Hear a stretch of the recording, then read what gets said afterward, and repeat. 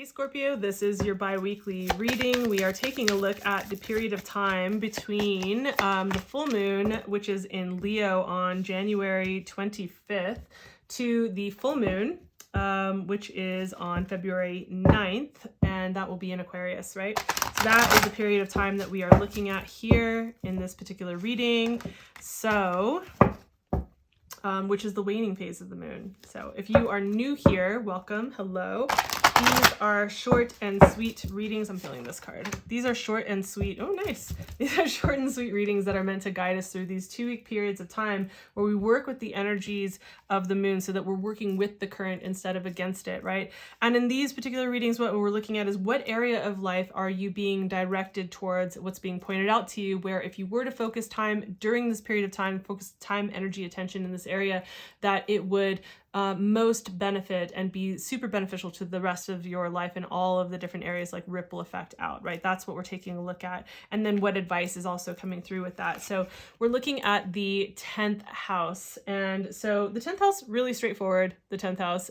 This is really just about your career, right? So career, we could say purpose, but this is about your career and also your like public roles, right? Reputation. So that's what we're looking at in this particular house. So it's really straightforward. Of all the houses, I feel like this is the one where it's just like, it's very direct. So that's the area of life that we're looking at, you know, and when we're looking at the waning phase of the moon and how you might wonder like, well, how am I working with that, right? So we're talking about releasing, we're talking about cleaning house, we're talking about clearing out, like looking at, you know, what's collecting cobwebs, what's no longer working, either dusting things off, giving them a cleanse over, getting rid of certain things, kind of like spring cleaning, that type of thing.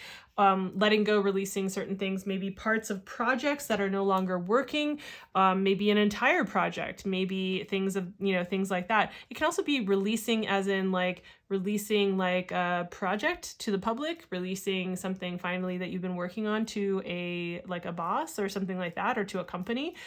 So it can be in that way as well. And I also just think like it's also about like this clearing and cleaning out, like what is or is not working, doing some like taking a look at that, right? We could say that it would be beneficial periodically, you know, if not for a 2-week period of time going through the year, like 1 week at a time, even just to like take a dedicated amount of time to put a little more time and energy into looking into an area of our life and saying, is like what is or isn't working here, right? Like what hasn't been working, what needs to be cleared out. Like just, it's kind of like you've been working on it, and it just doesn't seem to be going. It's like, maybe this needs to be scrapped, right? So that could benefit in all areas of our life, you know, with our connections all the way through to like our careers, right?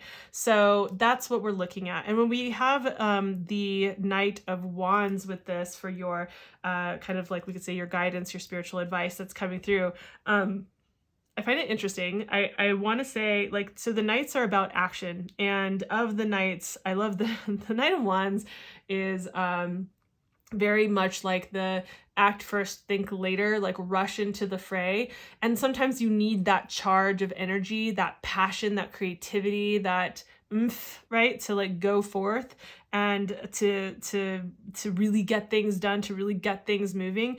And there's also the caution that comes with it. That is like, sometimes acting first, thinking later doesn't always benefit us, right? And so want to be sure that you're not rushing headlong into things too quickly without taking some time to review what is or isn't working, right? And so I feel like those two definitely go together, right? It's not to say stop everything completely. You know, it's not to say that like it would be really like not helpful and at all to every half of the month when the moon is waiting to go, oh no, I can't do anything because I'm only releasing things, right? Or I'm only clearing things out. That's not what it's meant to say. It's more just like, you know, examining what is or isn't working is another way of looking at these things. And so before you maybe rush into certain things, maybe take a little time to just review it, think it through a little bit, make sure. And yes, when you go forth with all of your passion, all of your inspiration, with all of that fire and energy